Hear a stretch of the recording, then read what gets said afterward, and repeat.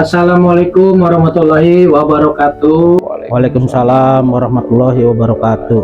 Terima kasih teman-teman penjelajah sejati yang mana masih bersama dengan Pak RT Anto dan juga Kijaya, yang mana niatan hari ini, konten hari ini Pak RT mau bertanya soal perjalanan spiritualnya beliau yang sempat kemarin kita sudah bahas di konten sebelumnya. Langsung saja Pak RT Anto dipersilakan untuk bertanya kepada Kijaya. Assalamualaikum warahmatullahi wabarakatuh. Waalaikumsalam. Ya, nama saya Anto. Ini Ki, ada yang mau saya tanyain mengenai pengalaman saya waktu kejadian kecelakaan ya. Iring-iringan konvoy mau latihan karate dari Pondok Pinang mau ke Jatinegara, ke Honbu. Nah, di saat iring-iringan itu saya tuh pas di depan terminal di Manggarai. Nah, saya dalam keadaan ngantuk Ki. Dalam keadaan ngantuk itu saya lagi ngendarain motor, ngeboncengin anak saya Ki. Pas mau ke terowongan itu saya udah nggak inget apa-apa tuh, udah tidur tuh. Ternyata saya dalam keadaan tidur. Terus anak saya teriak di depan, saya mau ya mobil. Pas saya melek, memang iya saya lihat mobil, cuman saya udah ngerem, tahu bunyi gerak. Saya nggak sadar tuh, langsung di situ nggak inget apa-apa. Tapi tiba-tiba saya ternyata sudah berada di dalam ambulan. Dan dalam kalau kata teman-teman yang ngiringin saya karate tuh kan konvoy, saya kok jatuh itu nggak sadar, koma katanya dalam keadaan 15 menit. Nah, yang saya mau tanyakan, memang itu ada ya Ki kejadian, istilahnya apa yang saya alami pas saya tabrakan gitu, terus kok tahu saya di dalam ambulan. Nah, di dalam ambulan itu saya dibawa ke rumah sakit. Di rumah pas sampai di lobi itu ternyata sudah ada almarhum kedua orang tua saya. Bapak saya dan ibu saya sudah nunggu tuh di ambulan. Orang saya istilahnya kayak kejadian kayak di alam nyata lah pokoknya. Rumah sakitnya juga megah. Dokter udah siap tuh pakai pakaian yang untuk operasi hijau.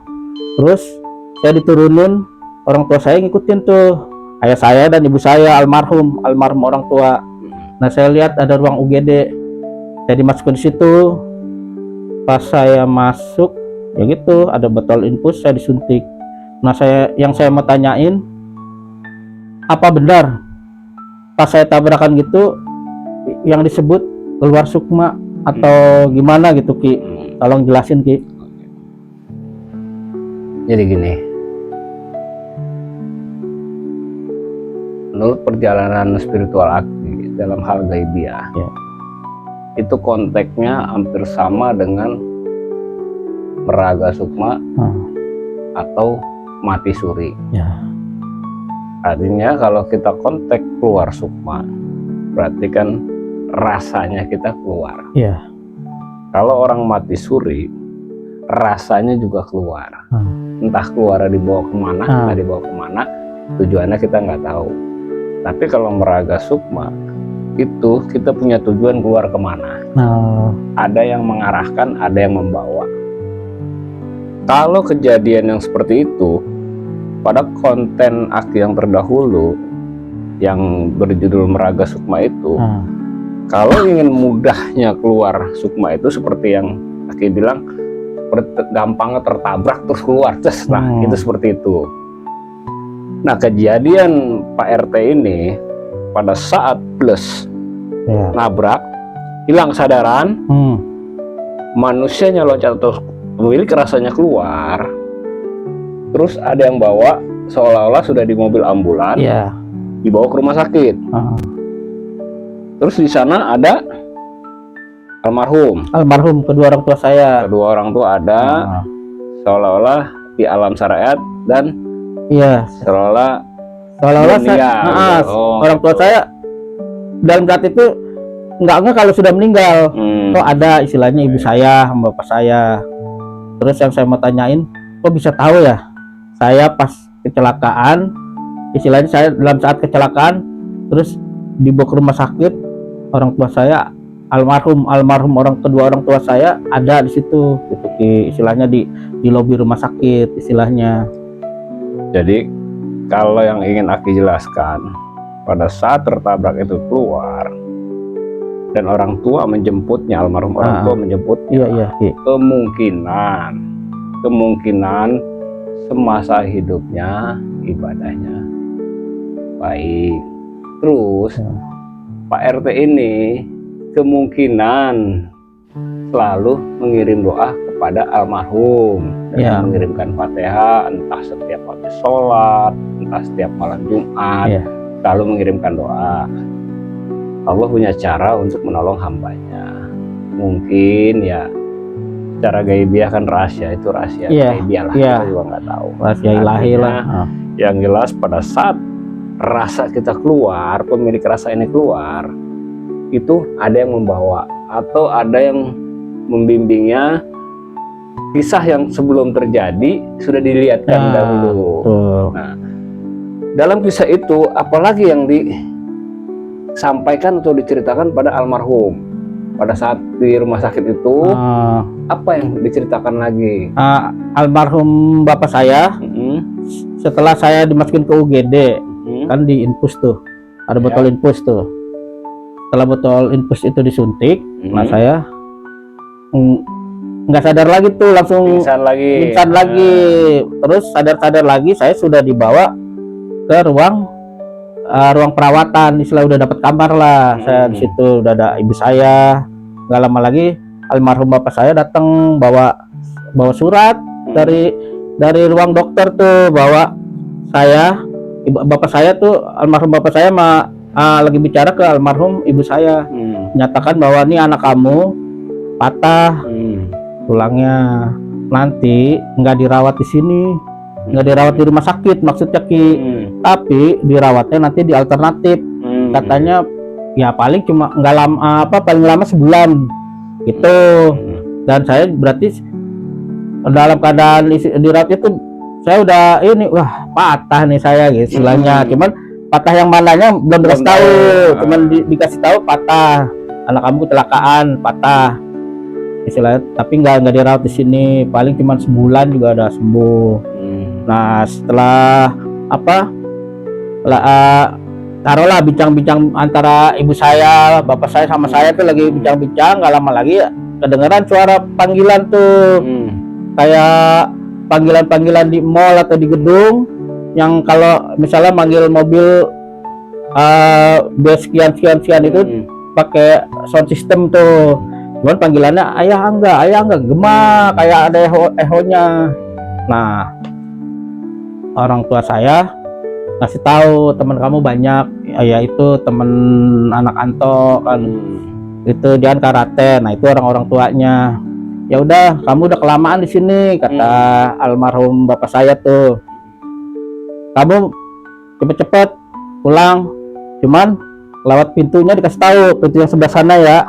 Ya udah saya ngikutin. Nah pas saya menuju pintu gitu, pintunya tuh warna kain hitam, tapi pinggir-pinggiran listnya itu nyala semua. Akhirnya pintu itu saya tabrak. Pas ditabrak, terus saya lagi di lagi di istilahnya dirangkul. Ayah enggak, ya dirangkul, dibilang ayah enggak. Nah begitu saya sadar lah, saya kok di pinggir jalan, orang tadi saya di rumah sakit kan begitu. Dalam istilahnya perasaan saya itu gimana itu istilahnya pas pintu keluar kok tahu saya ini. Artinya yang dibilang pintu tadi itu gerbang dimensi lain. Pada saat Pak RT jatuh, manusianya keluar atau pemilik rasanya keluar masuk ke dimensi lain. Dimensi lain seperti di alam syariat. Ada dimensi lain yang suasananya seperti di alam syariat, ada lagi dimensi lain yang suasananya bukan di alam syariat.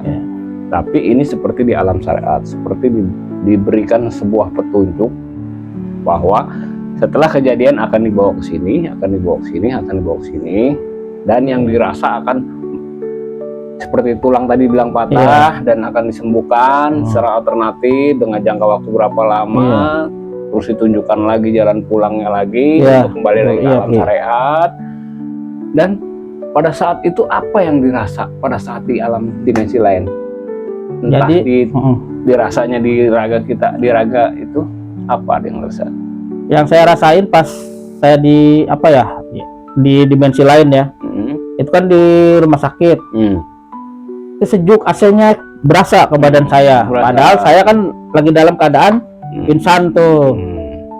Padahal tuh panas sih di situ Ki. Kalau apa dalam keadaan pingsan itu panas, tapi ini karena saya dibawa ke alam lain di rumah sakit, istilahnya alam lain.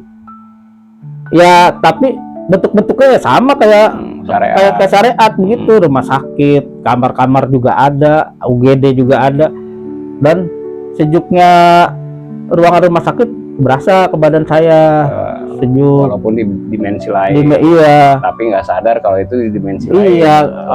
Orang saya ngobrol sama orang tua saya aja, kayak istilahnya nggak tahu kalau orang tua itu sudah meninggal. Perasaan saya masih makanya pas balik setelah nabrak pintu balik lagi, begitu sadar saya nyariin orang tua saya, mana ayah saya sama ibu saya kan ada. Iya kan, orang belum lama kejadiannya istilahnya masih di rumah sakit tuh, ada ibu saya, ada bapak saya. Pas kembali lagi begitu nabrak pintu apa dimensi lain kan balik lagi. Begitu saya sadar, saya disuruh diri, saya cariin mana ibu saya, mana kok saya jadi di pinggir jalan ya gitu, di pinggir seberang terminal. Jadi kalau secara spiritual atau secara gaibiah, kalau rasa kita keluar di tempat yang sejuk atau tempat yang gitu, rasa itu akan merasakan seperti dingin, seperti panas, itu secara spiritual ya. Tapi kalau secara syariat, kalau raga kita terbentur dan mengeluarkan darah atau apa, itu pasti juga akan merasakan dingin dan panasnya. Karena ada celah-celah yang terbuka atau darah itu keluar, masuklah angin-angin yang rasa dingin itu. Tapi memang kalau pemilik rasa, namanya pemilik rasa, raga ini tidak akan merasakan sakitnya. Iya, raga ya. Pas jatuh truk ini udah keluar. Raga tuh yang pemilik rasanya udah keluar, jadi dia nggak berasa, taunya pingsan aja. Pingsan hanya raga jadi jatuhnya. Ini masuk ke dimensi lain, dikasihkan alur ceritanya. Pada saat alur cerita selesai, ditunjukkan jalan pulangnya, balik lagi ke dimensi syariat. Kalau di syariat, kita akan merasakan sakitnya lagi. Karena pemilik rasanya sudah balik lagi ke raga itu. Kalau untuk masalah hal gaibiah, memang banyak rahasia ya yang kita nggak ketahui. Kalau kita bukan bidangnya atau kita nggak pernah menjalani spiritual dengan cara keluar atau ngaji rasa, ngaji diri. Setelah itu terjadi di syariat, langsung dibawa ke rumah sakit atau gimana? Dibawa ke rumah sakit. Setelah melewati gerbang lagi kan, kan saya sadar tuh, dibawa ke rumah sakit Setia Mitra Jatinegara tuh. Saya istilahnya karena di check up lah di situ, di ronsen, suruh buka baju. Pas di kaca tuh buka, di sini yang di bahu benar ternyata patah karena padahal udah dikasih tahu bahwa saya patah. Itu baru oh iya patah di sini, karena kelihatan di sini nih naik tulang, di sini enggak. Saat di dimensi lain udah dikasih tahu saya patah, tapi nggak tahu patahnya yang mana. Setelah di syariat baru ketahuan letaknya ada di bahu sebelah kanan. Bahu kanan patah. Dia naik sedikit gitu. Setelah itu sama di sini nih retak-retak karena kan mungkin jatuhnya begini kali, jadi tangan saya tuh istilahnya yang ini patah, jadi kan digendong terus tuh, akhirnya tuh dikasih dari rumah sakit tuh. Itu patah sini tangan yang sini, tapi sebelah sini nih dibilangnya sih bukan di ini ya, bukan di engkel. Kalau di engkel itu lama, tapi di sini nih istilahnya nggak engkel. Makanya kalau kata ahli patah tulang juga ini mah nggak lama, yang lama kalau di engkel karena kan gerak-gerak kayak di sini sikut. Nah, itu yang lama. Persendian Iya, persendian itu yang bikin lama. Kalau ini enggak, istilahnya kan di sini. Iya, enggak gerak kalau di sini. Kalau di sini pasti lama. Karena dia gerak. ada pergerakan. Tuh. Nah, akhirnya pada saat apa yang digaibiah dan disaret, kenyataannya benar. Iya, kayak istilahnya ibarat ulangan kita udah dikasih bocoran, gitu, udah kasih tahu duluan jawabannya gitu, istilah ulangan Ki. Jadi ibarat kata ya namanya yang dibilang gaibiah penuh rahasia, penuh dengan rahasia, dan Allah punya cara untuk menyelamatkan hambanya dengan cara apapun. Allah dengan mudahnya menyelamatkannya. Iya, amin. Ya mungkin dari semasa perjalanan itu sampai sekarang ibadahnya mulai baik, wiridannya mulai bagus, terus ibadah itu kan konteksnya luas ya. Iya. Ya banyak ibadah itu banyak ya. Segala macam, kepedulian tinggi segala macam ya. Bersyukurlah kita masih diselamatkan atau alhamdulillah dengan cara itu Allah menolong kita. Dan untuk masalah hal gaibiah yang seperti tadi, memang ada kejadian seperti itu juga. Pingsan, itunya loncat, dia ada di situ juga ngeliatin samping geraganya, entah yang keluar darah atau apa, dia melihat, dia mengenali atau tidak kita nggak tahu. Ada juga yang keluar, ada yang membawa, ada yang ibarat kata menolongnya, ada yang keluar entah kemana, entah kapan baliknya lagi gitu kan. Ya semua cerita sih secara gaibiah kita melihat, secara spiritual melihat, ya itulah rahasia gaib. Bila kita menjalani secara spiritual ya, apa yang kejadian tadi itu ya benar keluar sukmanya. Jadi pingsan keluar sukmanya. Nah itulah kalau yang perjalanan tadi Pak RT, ya itulah petunjuk. Kayak orang ngimpi jatuhnya ya Ki ya. Orang keluar itu berarti kayak orang mimpi gitu. Terus mimpi pun begitu. Dia keluar kemana. Iya kalau dia inget ya balik pada lagi. Balik ya ingat ya pernah kesini itu berarti ya namanya seperti itulah.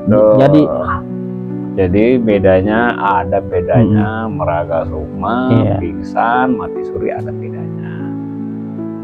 Yang meraga sukma dengan perjalanan, dengan ibadahnya, dengan tata cara pengamalannya. Kalau pingsan secara otomatis dia ditolong dengan ibadahnya.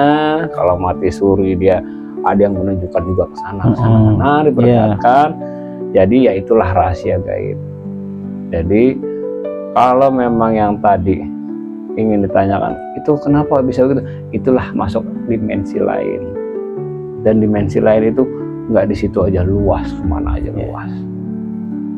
Jadi selalulah kita bersyukur, alhamdulillah, memperbaiki ibadah. Amin. Karena sesungguhnya ibadah kita akan menolong diri kita di dunia dan di akhirat. Amin.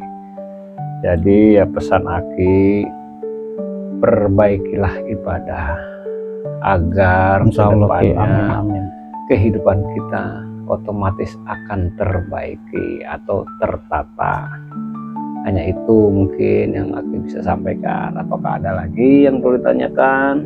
Ya cukup, terima kasih Ki. Istilahnya alhamdulillah Ki sudah dijelasin. Istilahnya yang disebut keluar sukma itu ya nggak bedanya kayak kita bermimpi, hampir sama lah istilahnya. Kayak gitu kira-kira seperti itu. Dan saya juga alhamdulillah sudah jelasin fungsi ibadah itu seperti apa sama Aki. Terus bisa dibawa dari ibadah itu ya untuk fungsinya untuk apa gitu.